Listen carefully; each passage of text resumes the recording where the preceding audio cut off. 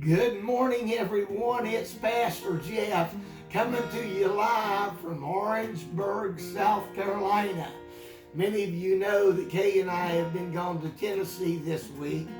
And along the way, I picked up a guitar that I had at my daughter's house and stopped and had it refurbished a little bit at a guitar center in Johnson City.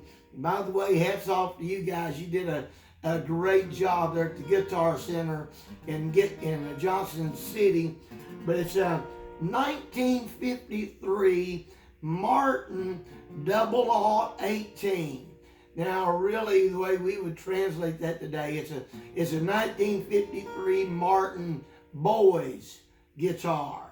But I thought I'd just share it with you. It's a new treasure. It's probably going to become my regular player.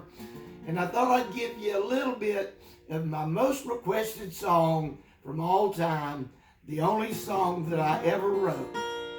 One night a man had a dream.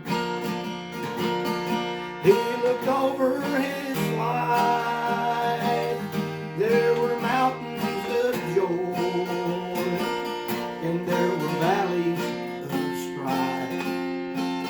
But as he looked back through time, it seemed he couldn't go on. That's when he heard Jesus say, "You are never alone. You are never alone. You have a Savior who cares when you pass through a storm. He promised he would be there, or when the cold wind blows, it seems you just can't go on. That's when you'll hear his small voice say you're never alone."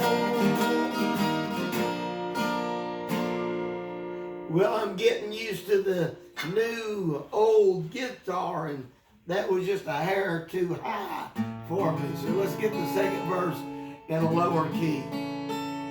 When as a sinner I came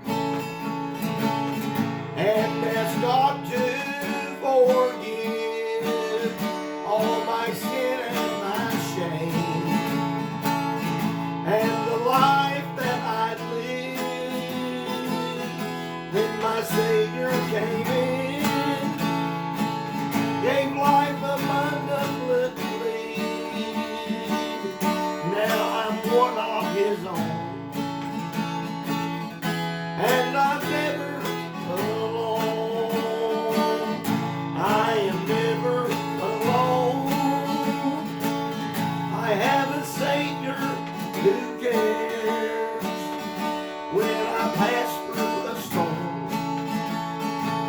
He promised he would be there, or when the cold wind blows, it seems you just can't go on. That's when you hear his small voice say you're never alone.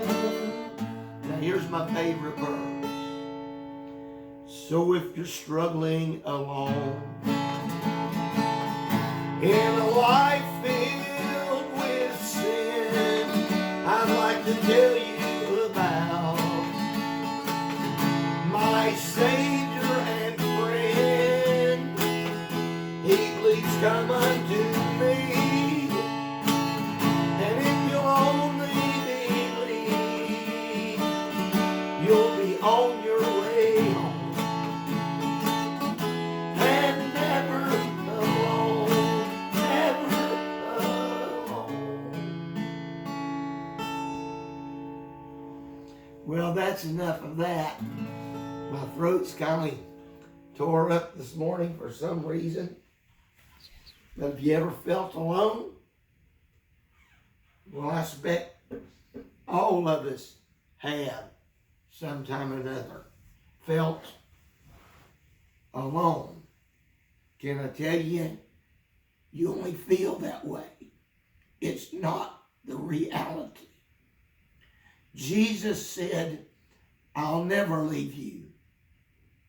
I'll never forsake you. I will be with you always, even unto the end.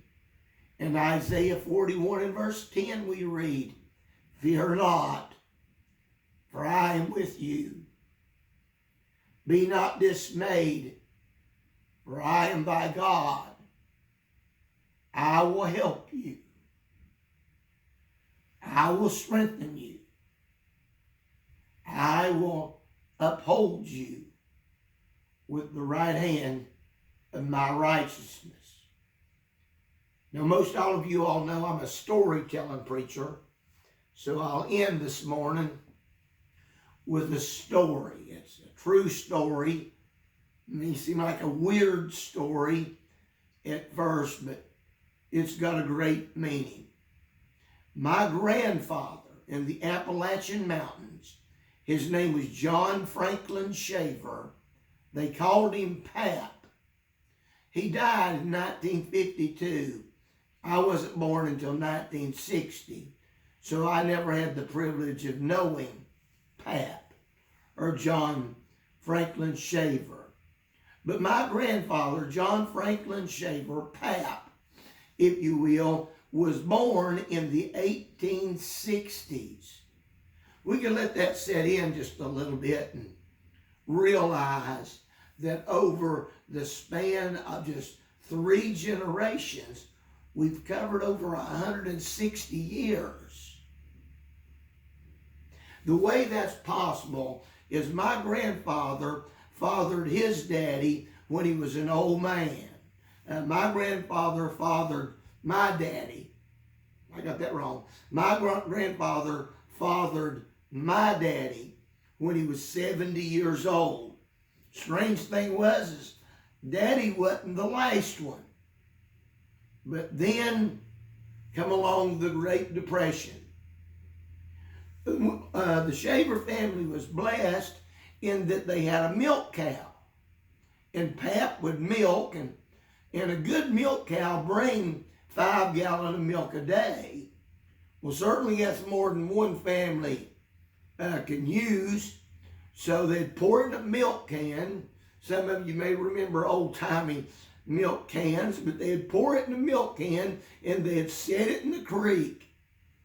And then Pap would carry it to Darter's store. Oh, that was probably 4 miles through the mountains, carrying a 3 or 4 gallon can of milk. And he'd trade it for cornmeal. That was the staple. That's what kept people alive in the Appalachians in the Great Depression, was cornmeal. And Pap would trade the milk for the cornmeal. He had a family that he had to feed. Even as an old man, he's got little young'uns in the house. This is a true story, every word of it. Then in 1932, right in the middle of it all, the cow died. I don't know. I wasn't there. I only know the story. But I can imagine my grandfather with hands raised up to heaven saying, what else?